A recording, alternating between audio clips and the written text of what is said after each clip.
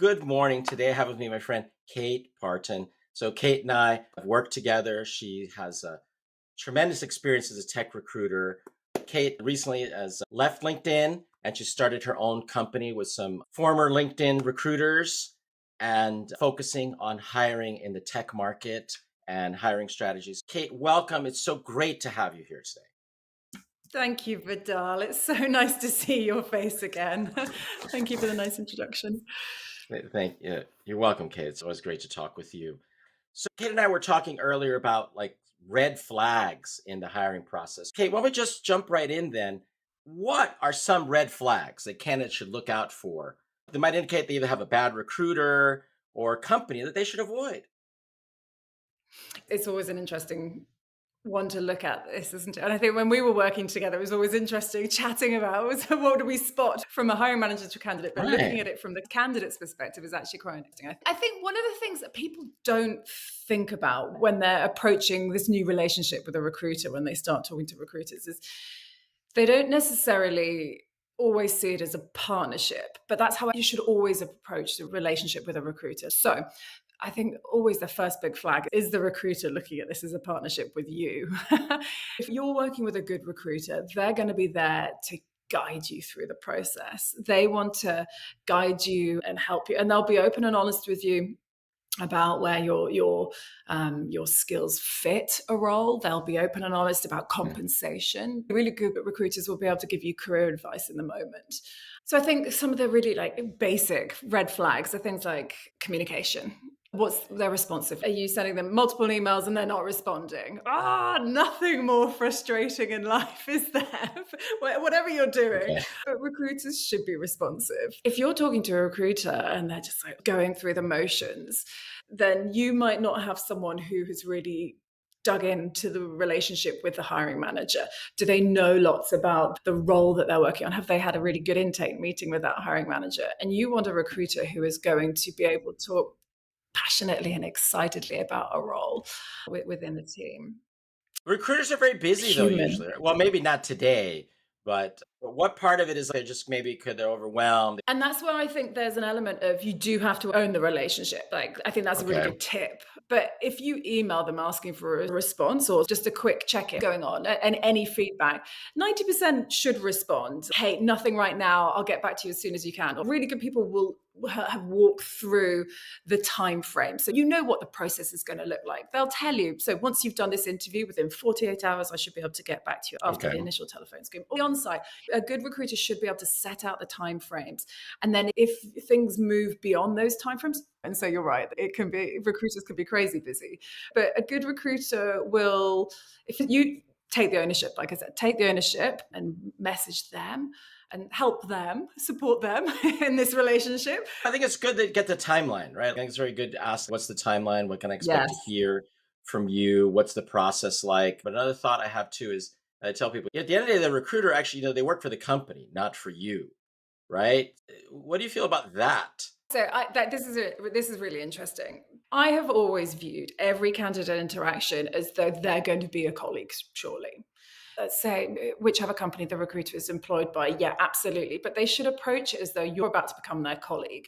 There should Aha. always be a level of guidance. I think guidance is a really key word here because if you go into a recruiting process, it's you going to this black hole of process. And a recruiter should have a lot of respect for the amount of time that you are giving to that company. Okay. Like they should all make sure you always get someone that says, thank you for giving us so much of your time. Like you want to hear those words. And they should respect the amount of time that engineers put into preparing for interviews is Right. and if Huge. you don't have a recruiter that is acknowledging that or understanding that, that is 100% a red flag. But they should be approaching it as a partnership. And you want them to, because you want them to be honest with you. If you're really pushing to apply for a particular role and they know that you're not a fit, you want them to tell you. You want them to be honest with you, not unkindly, but you want them to be able to say, hey, look, here's why I don't think, well, why you're not a fit for this, XYZ. And so, yes, they might be working for the company, but they are representing you as well in the process. So yes, they work for the company, but they're going to be representing you as well. That would be a Exactly. good place to come from. That hopefully, if things go well, you will be part of the company. And I think that's particularly interesting for managers because I know when I was talking with you, it's Yes. this would be a recruiter I could be Yeah, working with in the future. exactly. Yeah. Now we're dealing with software engineers a lot, engineering managers. Like you focus in this, and I know a lot of recruiters do not have a technical background, right? They weren't former Right. engineers. So how can a candidate determine if a recruiter really understands their technical area and if it's a match? How do they know the recruiter even understands the technical part of the requirements? I love this question. And recruiters are not engineers. If I was an engineer, then I wouldn't The be stood here recruiter, right? talking to you. Exactly, exactly. But it's not my place to have that deep knowledge either. But a recruiter should work with their hiring manager, maybe to have technical questions that they ask candidates. So the recruiter might not know the full understanding, but they should have questions. Mhm. And often it's not necessarily the technical understanding that a recruiter has, but what they're really looking for, how comfortable are you answering questions? Like, how quickly were you able to give an answer? They want to know, maybe if they ask about a project, really, you don't have to have technical knowledge to understand impact that you've had, like the responsibilities that you had, what Okay. obstacles did you come across and how did you work around them. And if you're asked a question and you're humming and hawing, Mm. then you're not ready, you're not prepared. Here's something that I came across a couple of times, Okay. that if you are talking to a recruiter and you can't give an answer really quickly, don't Google it. Don't Google it. Don't Google it because recruiters are wise to that. And if all of a sudden you're like, and then you give a really And then perfect canned the answer, keyboard click. Yeah, yeah. but That's it's not funny, good, it huh? happens. No, exactly. But it happens. People do it. And it's so much better to be able to say to the recruiter, I don't understand. Or, no, I don't understand. I don't know the answer to that. Or, I'm not sure about the answer to that, but here's how I would go around finding out that information. Show your thought process and attitude. Mm, So a good recruiter won't ask, do you know Java? Like they know that. okay. It's on your resume. It's on your LinkedIn profile. But they will ask things about like your experience building out a distributed system or and what you've contributed. They will listen. So part of it you say is obviously being able to answer confidently, like having an answer ready, right? Like recruiters can pick up on that. Yeah. Focusing on the impact is another thing I heard. Um, so uh, during the interview, like talking with your recruiter or the panel, interviews are a two-way street, people say, right? Like the company's interviewing Very much so. you and you're interviewing the company. Candidates, honestly, they do want to get the job. A lot of times they need a job, right? So they're maybe a little scared to ask certain questions. But what do you think are the key questions that candidates should ask to determine if the company is a good fit for them? And maybe how should they ask them in the right way? Has their own personal priorities and what's important to Hmm. them. If we think about culture, for instance, like, you never want to ask a recruiter or a hiring manager, you never want to ask anyone, oh, what's the culture like? Because you're always going to Yeah, get a throwaway, really super positive answer, aren't you? You're always going to get, oh, right. it's amazing here. Yes, It's the best place exactly. ever. Yeah, But right. so you want to think about how you what is important. Maybe it's growth. So it's being able to ask things about, what does the review structure look like? How often are reviews? I don't know, maybe the relationship with your manager matters. How is management involved in my day to day? How much freedom do I get? Or are they heavily involved? Something that's quite often a good indicator of being able to transform in your career is internal mobility.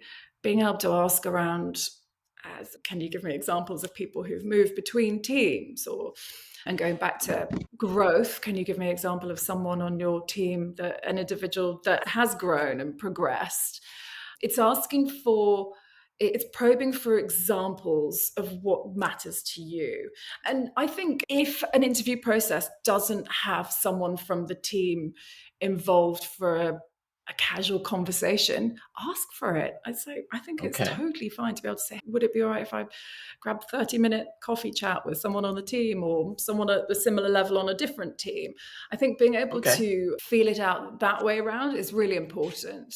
Because I think when you are within an interview, you are, I think there are a lot of good interviewers out there who will finish and with questions and you'll get a bit of rapport, but you never quite get enough time. And some companies will do a 30-minute lunch conversation or a Right. coffee chat or whatever you want to call it. And that's great time for you to be able to get a feel for someone that's not interviewing you and hear a bit more about day-to-day life. So if an interview process doesn't have that in it, I would always ask. I would always ask to chat with someone who's at a similar level to Okay. you or doing a similar role. Even if they're on a different team, it can be revealing. I think I would have that's guessed. great. Yeah, no, I think that's great. We're saying like ask for examples of actual people who did that, or oh, I want to talk to someone who actually has that role to get their experience would be great. How can a candidate identify maybe when it's a good time, when they should walk away from a job opportunity, even if it looks like it's a good match on paper? Yeah. Yeah. And isn't this is a heartbreaking moment, isn't it? Oh God, this could be so good. But there'll be some times when you just have that gut instinct and you know something's off. And quite often that is down to your interactions with the people. Is it a respectful interaction? How are they treating you quite simply in the process? Are they late for your interviews? Maybe someone turns up late and just like blah, blah, blah, straight into it, like, "Oh, great, boom, questions without any apology." Are they really trying to understand you and your career and where you want to go? Do you get the feeling that they want to be there? Sometimes you meet people in interviews and you're like, you're not happy. That would be a massive red flag. Or if there's someone that's trying to interview and ask questions that are trying to catch you out, like that Mm. doesn't make me feel good at all. Something to consider. I wouldn't say this is the moment for walking away, but little things like, how did they prep you for the interview? Okay. Did they give you the full like view of what's going to happen? Did they give you the full like time frame? Did they tell you, go away, here's the sort of questions you're going to get, this is what you should go and practice? That's a red flag. That's not walking away. But you've got to join a company that you feel good about the people. If you everything looks great on paper, that's fine. But also, another point that you need to be able to prepare to put your hands up is you're going through the interview process, and all of a sudden, it sounds different. The role sounds different to what it looked like on paper. Like Ah, that's a tricky moment. And another, honestly, another one is, and this feels quite basic to say, but compensation. There is a misconception. I will say this. There is a very big misconception that recruiters are always trying to nickel and dime, and especially in the right. early stages. Quite often, a recruiter will always ask you at the beginning of your process with them, "What are you looking to earn?" And Hmm. that's an honest question that is coming from sometimes people have unbelievable expectations. And it's so much better to get that out at the beginning and be like, look, hey, as a recruiter, I've always been honest with people. So you're looking for this, we're looking to pay within this bracket. So your expectation is beyond this. So we could try and look at the level above, but you haven't quite got the years of experience or whatever. So you know where you stand. You know where you stand. And a good recruiter will be honest with you about that. And remember, recruiters don't make any in-house recruiters don't make any money off, Right. of your base salary, but they get to fill a role. So they are motivated by filling a role. And 10K here or there isn't going to make a difference at all. But from your perspective, know what you want to earn. It's really important that you understand your financial situation going into these conversations. Know what you need to earn, know where your expectation is, and share that expectation with the recruiter. Be really open about what it is that you're looking for. But if you get to the final stage and you've been honest about what it is that you're looking for in terms of compensation, and a company is still coming in low, even having Low. had that initial conversation early on, oof, if they're doing that now, then be prepared to walk away. Be prepared to walk away. And companies will do that with candidates as well. If they have an honest conversation with you about what they're looking to pay, and then at the end you can say, yep, sure, I hear you. And then at the end you come back in saying, actually, I need 50K more. Then they're going to be like, thanks, but no thanks. It works both ways, Yeah. but you must be prepared to know what you're looking for, be honest with people, and be comfortable walking away. It's always a very delicate question, right? Because that's one of the very first questions that Yeah, you ask, right? As a recruiter, yeah. is what are you looking to make? And so, what's your advice then, specifically in that question? Just ask, what's the range? I would say, what's the range this Yeah, job pays, and see if yeah. what you I expect is think within that it's range, right? Yeah, exactly. And recruiters will know what in terms of base salary, what the range is. And I've always had candidates say to me, three answers typically when I've asked them that question. One, they'll know what they're looking for. Two, they'll say, honestly, I'm at the beginning of my interview process. I don't really know. I'm figuring out the market. And I'll be Okay. like, that's fine. I'll help you. Let me help you. Here's what we're looking to pay. And then they Okay. go, okay, great. And often I've said to people, look, go away and think about this and make sure that this is the right amount and this is going to work for you personally, and then come back to me, and then we all know we're all on the same page. We can move forward comfortably. Then the third one I get is, this is something we should discuss at the end. And I get that because people are not comfortable or used to talking about salaries and compensation. And so it's awkward and it feels invasive and it feels embarrassing. And people software engineers don't have to negotiate on a daily basis in their roles when it comes to Right. compensation. I used to recruit investment bankers, and that was they told you exactly what they wanted. They were good at negotiating, right? Yeah. They were Interesting. very good, but they were very honest. They were very honest and very upfront, and they got what they wanted because they told you exactly what they wanted. Software engineers are not used to negotiating compensation and salary, and there's some people who are very comfortable with it, and some people who genuinely find it physically awkward. But do your research. Know what you want before starting interviews. We've had this crazy period over the last 2-3 years where offers from companies were going berserk. Like they Mm. go more and more. Someone would offer a bit more, someone would offer a bit more. And that's great for you as a candidate, but those days aren't around anymore. It's not going to be the same. People are still going to be paid. Engineers are still paid incredibly well. And you are all being honest with a recruiter will get you more than if a recruiter sniffs. So if someone ever said to me, let's talk about that at the end, I would say, I appreciate that. I know it's difficult. I understand it's an awkward conversation, but let's talk about it now because this is really important. Because if we're not paying enough, then I don't want to drag you through this really intensive interview process. And vice versa, you're not going to want to spend all this time, all the hours preparing and working hard to do a good job if we're not going to be able to pay you the right amount. That's when you Got walk it. away, for sure. Got it. What are some common misconceptions that you find candidates have about tech recruiters and the hiring process? A good recruiter will be your partner in the process. I hate to say this. There's a lot of not great recruiters out there. Okay. I feel awful saying that about my brethren. I feel really bad, but it's true. And so quite often people have had poor candidate experience, poor experiences dealing with a recruiter, and they have felt like they're dealing with a car salesman. They have felt like the recruiter hasn't got their best interest at heart, and people have really bad experiences from that. I get it, quite frankly, I get it. But a good recruiter will be a partner. They really will. They will move quickly, they will move decisively, and they'll get you through. Another misconception is that recruiters don't have any control in the hiring process. And that's not true. If there's a Okay. good relationship, Vidal, you and I, when we were working together, if there was a Yeah. candidate that behaved in a certain way on the telephone with me, I would tell you. And the amount of times that the hiring managers would be like, that's not great that they're prepared to talk to you like that.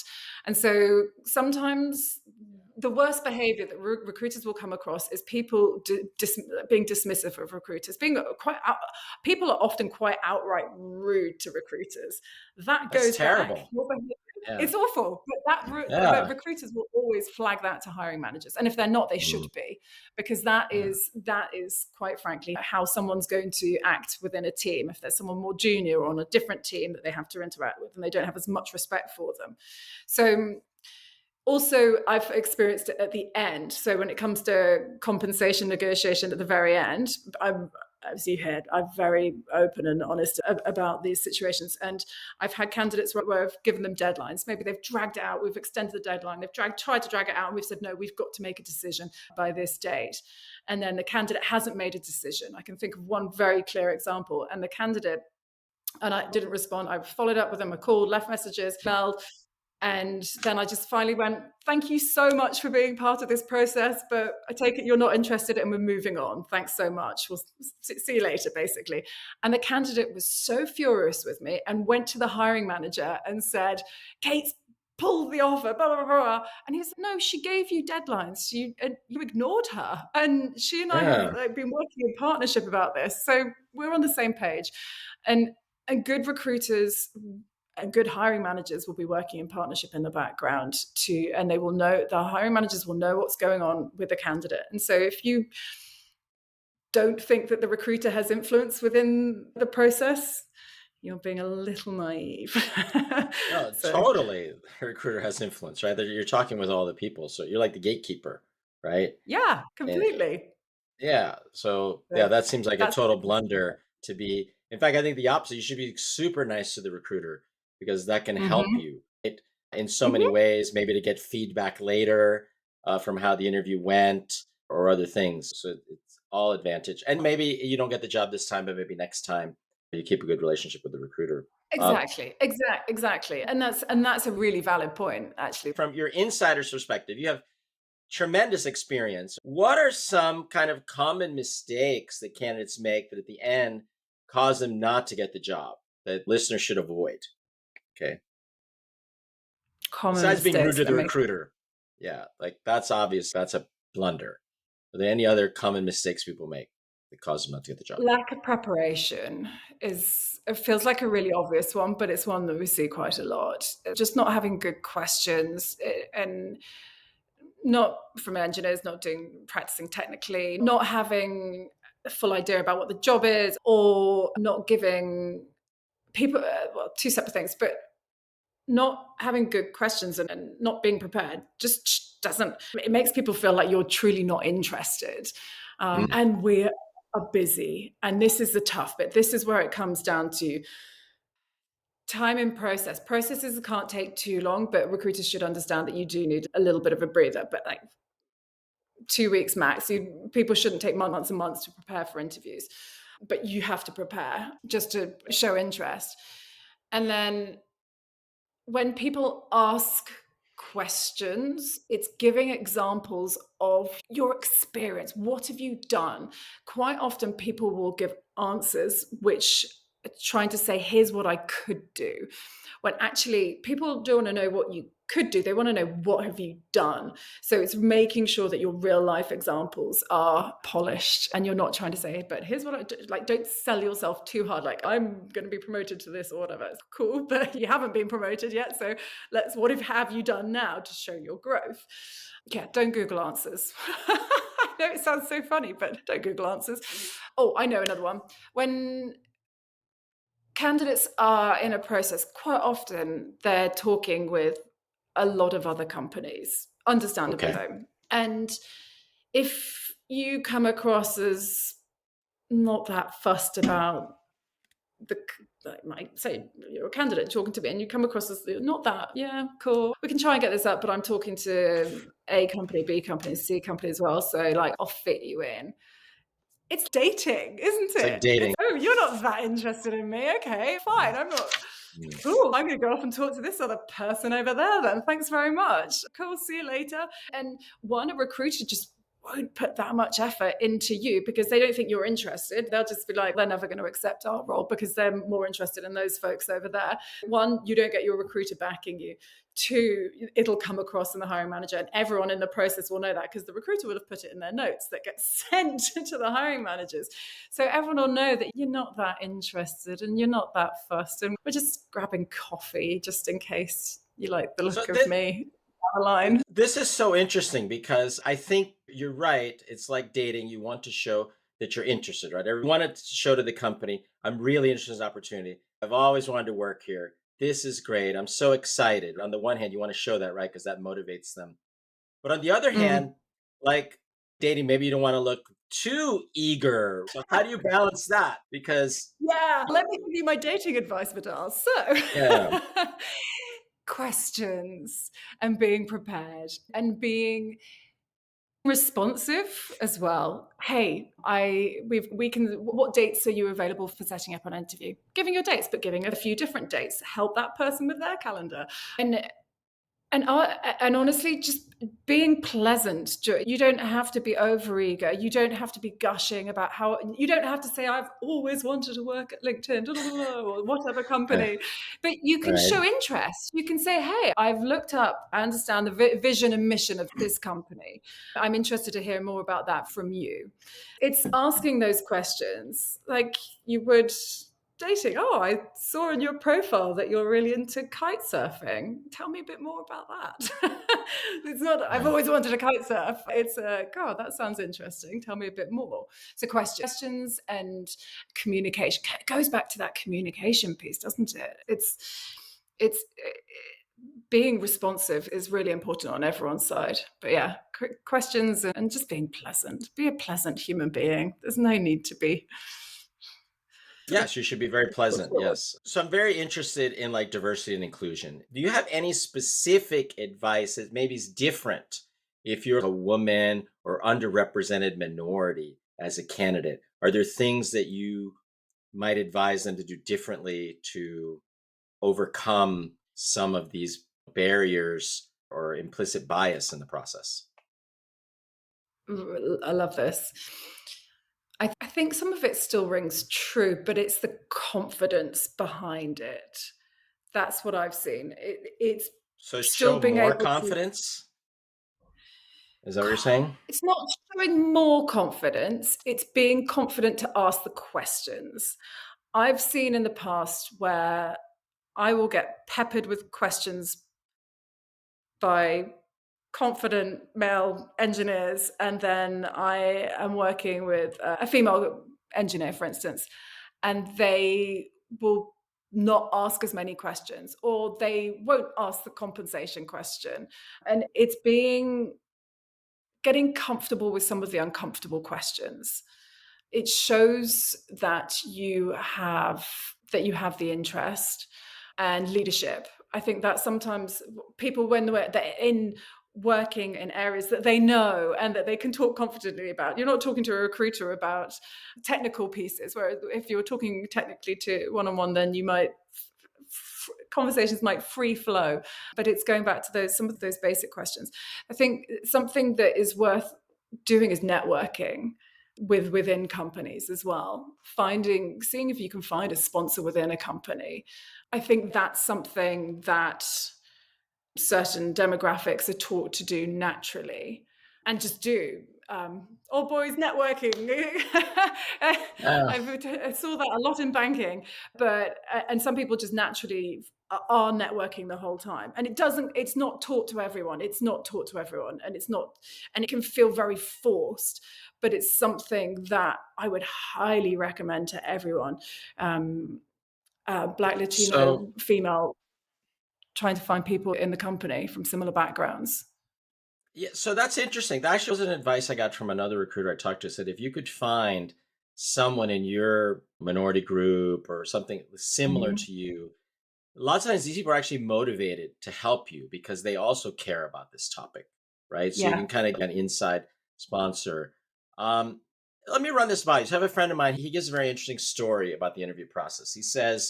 Said two candidates came in this one interview, and they asked one candidate was a woman, and they asked about a project that their team had done, right? And she was like, I had a great team, and they did a lot of stuff and whatever.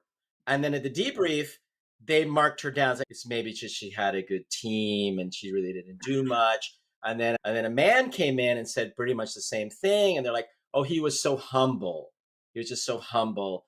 And so the same story, pretty much depending on who it came from, was seen Mm. very differently.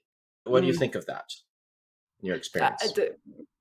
One of the pieces of advice I have always given my female candidates is say I. Ah, I led the team, and here's what okay. the team executed on. That's the one piece of advice I have always given female candidates.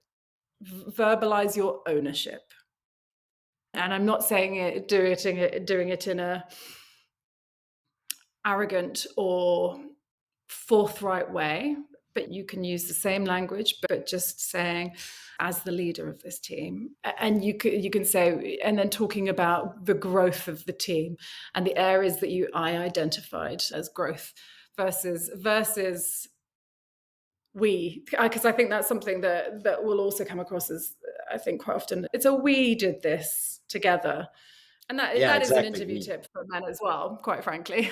But women use I. That's a big tip. got it. No, that's actually a really great tip because I think there are these subtle differences you have to keep Mm. in mind. Um, what role does like social media and online presence play in the recruiting process? Do you have any Interesting. advice on So that? more and more.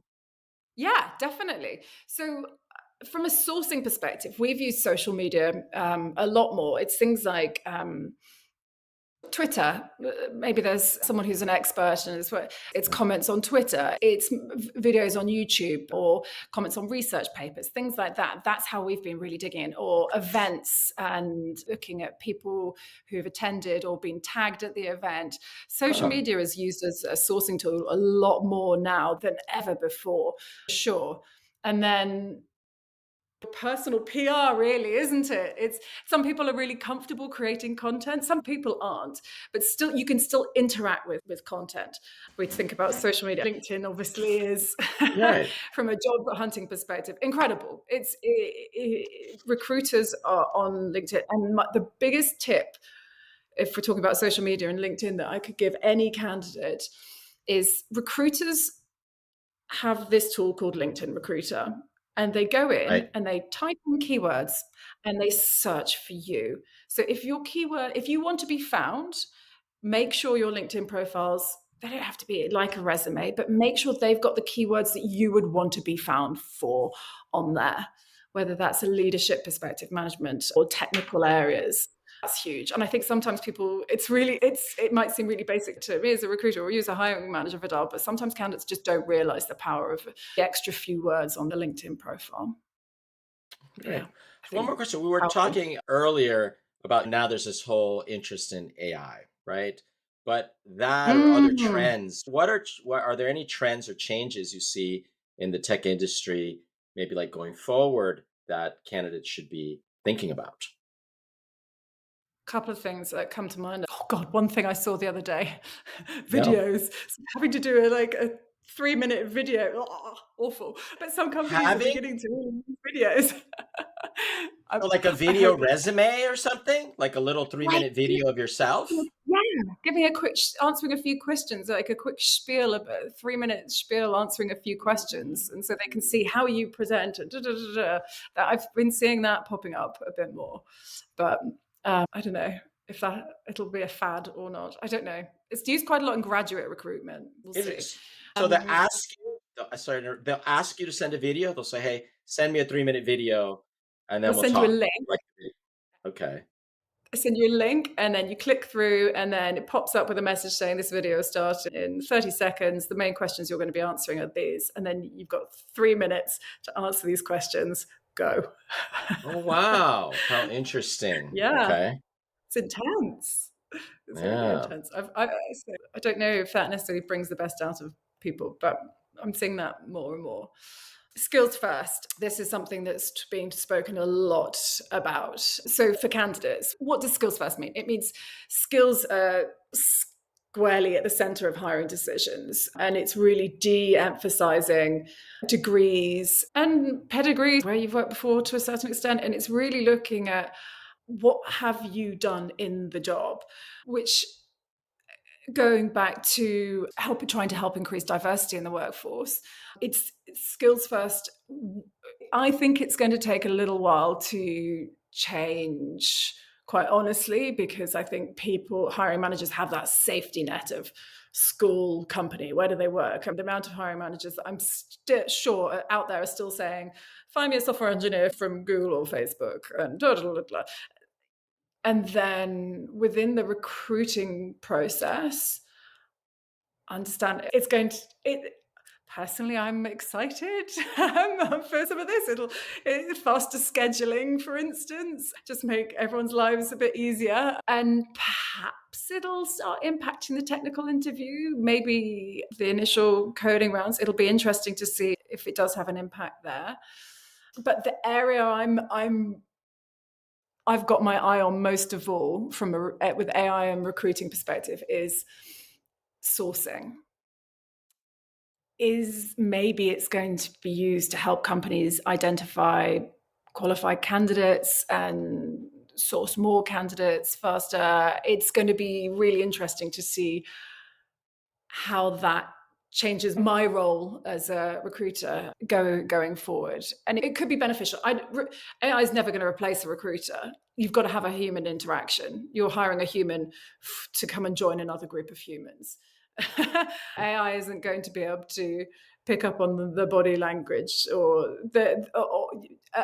you're not going to talk to It AI the way might. you would talk to a human. I know. Right. I was just going to say it probably will be able to do body language eventually, won't it? But going back to the fact that one of the points I was making earlier is that people don't always talk particularly respectfully to recruiters. I make my son say please and thank you to my Google Home. I am strict with that, but not everyone is going to speak to AI in the same way.